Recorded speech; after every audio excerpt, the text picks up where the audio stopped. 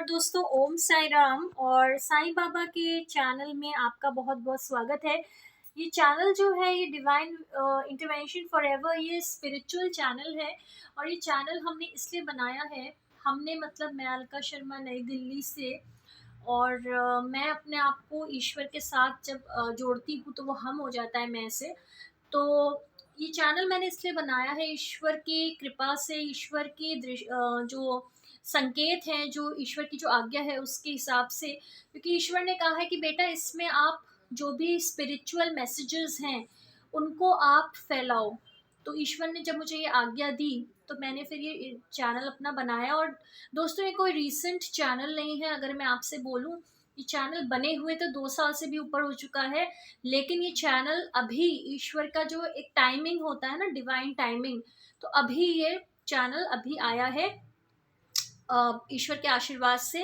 और ये प्रोग्रेस अब करेगा और मुझे पूरा विश्वास है कि ये चैनल जो है ये आप लोग ही इसको स्प्रेड करेंगे। ईश्वर का जो डिवाइन वर्ड है, ईश्वर का जो डिवाइन विजडम है, ईश्वर का जो डिवाइन लव है, उसको आप ही स्प्रेड करेंगे। तो कृपया इस चैनल को लाइक और सब्सक्राइब ज़रूर कर दें।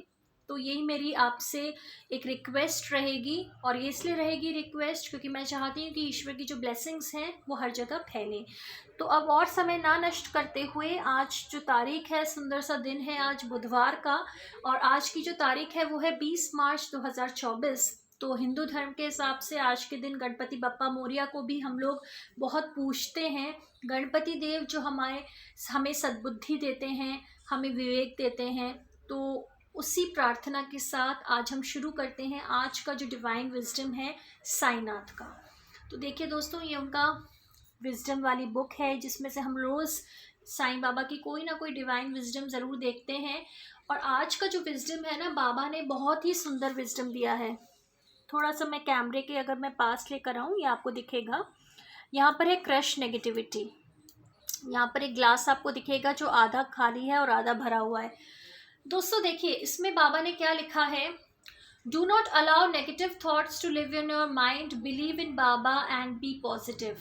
अब दोस्तों इसी से रिलेशन में मुझे कुछ याद आ रहा है कि आज की जो दुनिया है, जैसे हम रोज़मर्रा अब हम न्यूज़ देखते हैं या फिर हम अखबारों में पढ़ते हैं या हम आस पड़ोस में भी सुनते हैं, जो भी हम बातें करते हैं, आप देखेंगे कि कितनी ज़्यादा नेगेटिविटी है। हर जगह नेगेटिविटी ही नेगेटिविटी का ज़ोर है। क्यों नेगेटिविटी का जोर है? क्योंकि कहीं ना कहीं जो बेसिक जो मूल हैं, जो संस्कार हैं, उनमें कुछ ना कुछ प्रॉब्लम्स, कुछ ना कुछ कमी ज़रूर है, जिस वजह से जो इंसान है, और मैं यहाँ पे कोई जनरलाइज व्यू पॉइंट नहीं दे रही हूँ, आप ये मत समझिएगा कि मैं एक नेगेटिव व्यू पॉइंट दे रही हूँ, लेकिन जैसा चल रहा है माहौल, तो उसी हिसाब से जो इंसान है वो अपने मूल जो संस्कार हैं, जो अपनी रूट्स हैं, उनसे भटक गए हैं। इंसान ये समझना भूल गए हैं कि जो जीवन का जो पर्पस है वो क्या है। तो ईश्वर ने जीवन दिया है कि आप उसको अच्छी तरह से जिएं, उसको खुशी खुशी जिएं, उसको एक स्वस्थ तरीके से जिएं, और जो भी आपको कार्य करने हैं वो करें, अपना पुरुषार्थ करें, और ना सिर्फ अपना काम अच्छे से करें बल्कि दूसरों को भी मदद करें कि वो भी अपने जीवन में आगे बढ़ सकें।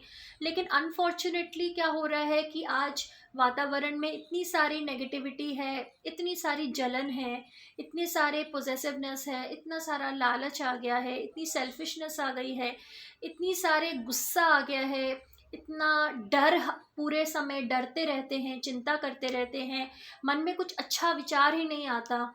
अब जैसे आप देखेंगे कि सपोज़ कोई आपके फैमिली मेम्बर या आपके फ्रेंड या कोई भी आपके निकट के कोई भी जन है, अगर वो कहीं दूर जाते हैं और एक मोबाइल फ़ोन कैरी करते हैं, और अगर आप उनको मोबाइल फ़ोन पे आप उनको फ़ोन करें और अगर वो 1-2 बार कॉल ना उठाएं, तो आपके मन में ना बहुत नेगेटिव विचार आना शुरू हो जाते हैं कि कहीं उनको कुछ हो तो नहीं गया, कहीं कोई दुर्घटना तो नहीं घट गई। हम कभी ये नहीं सोचते हैं कि हो सकता है कि वो व्यस्त हों, या हो सकता है कहीं बीच में काम के हों या ट्रैफिक में हों, या हो सकता है बैटरी ख़त्म हो गई हो फ़ोन की।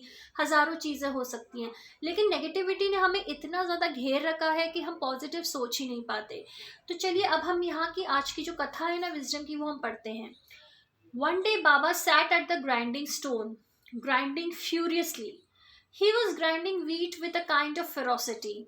He continued ceaselessly, seemingly bent on grinding the entire bag of wheat. He was perspiring profusely, but he would not stop.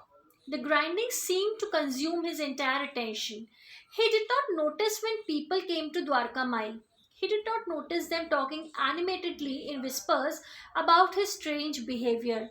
He did not even notice the four women who walked in and stared at him aghast. They went up to him saying, Baba, let us handle it. Seeing the genuine affection of the women, he finally relented. In a short while, all the wheat had been converted into flour.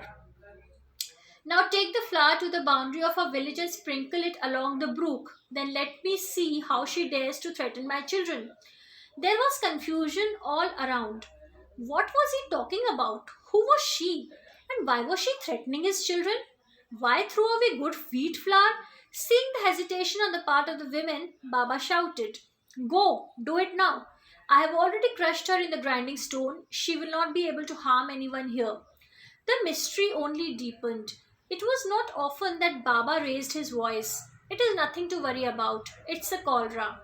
I have made the evil spirit does not I have made sure that the evil spirit does not enter our village. She has been ground and crushed into that flour, and it is thrown away along the brook. All will be well. There is no way she can enter our village. And so it happened. There was a terrible outbreak of the cholera epidemic in the entire district, but Shirdi remained untouched. Baba had ensured that the cholera did not get in past the village boundary. तो ये बहुत ही सुंदर सी कथा है. अगर आपने साई सच्चरित्र में भी पढ़ा होगा दोस्तों, एक बार क्या हुआ कि बाबा जो थे ना, वो चक्की में जैसे आटा पीसते हैं ना, तो चक्की लेकर बैठे अपनी द्वारका माई में, और बाबा ने गेहूं लिया था और गेहूं को डालते जा रहे थे और चक्की खूब जोर जोर से पीसे जा रहे थे. तो ऐसा लग रहा था बाबा बड़े गुस्से में हैं, जैसे वो बिल्कुल गेहूं को बिल्कुल ही एकदम क्रश करके और एकदम उसको तितर बितर एकदम पीस पीस के वो एकदम मतलब गुस्सा निकाल रहे हैं अपना. तो ये देखते हुए क्या हुआ कि द्वारका माई में थोड़ी थोड़ी भीड़ आने लग गई, उनके भक्त आने लग गए और आपस में सब लोग खुसर पुसर करने लग गए कि अरे बाबा को क्या हो गया अचानक, बाबा इतने गुस्से में क्यों हैं, बाबा इतने नाराज क्यों हैं. तो ये सब हो रहा था. इतने में चार महिलाएं जो थी, थोड़ी सी उन्होंने हिम्मत की और उन्होंने बाबा से बोला, बाबा बाबा आप हट जाओ, हम लोग आपके लिए पीस देते हैं आटा, ठीक है.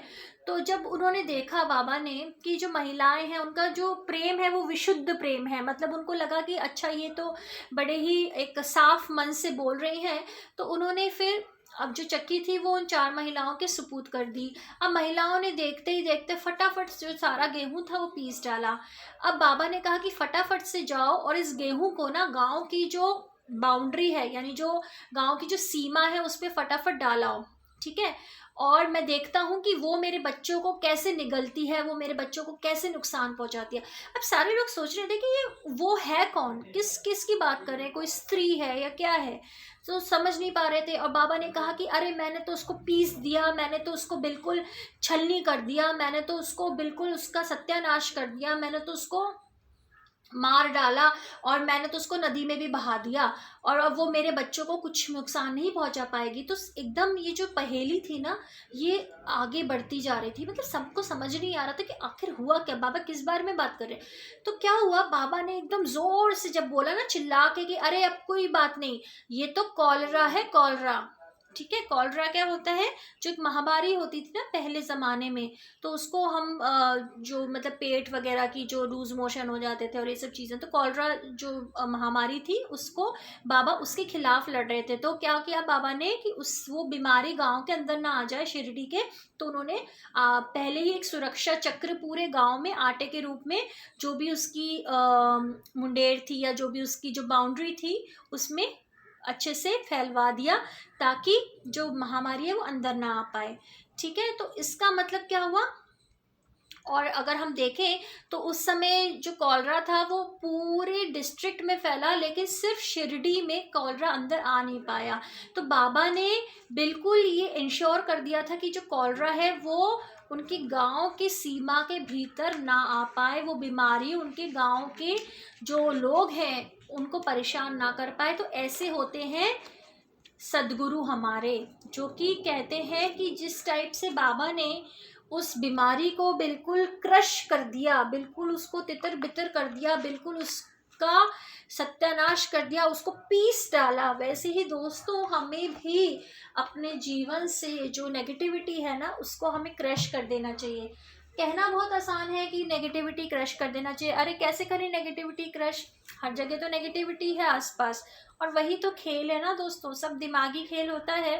तो जब हमारे मन के अंदर किसी भी तरीके के डाउट्स आए, किसी भी तरीके के फियर्स आए, किसी भी तरीके के नेगेटिव विचार आए, जैसे एक और एग्जांपल हम लें, कई बार क्या होता है कि हम कोई काम शुरू करते हैं और हमें पता है कि हमारी कैपेबिलिटीज़ क्या हैं, लेकिन क्या होता है कि अब देखिए क्या होता है ना, जो दूसरे लोग होते हैं ना वो बहुत कम लोग होते हैं जो खुश होते हैं किसी भी चीज़ से।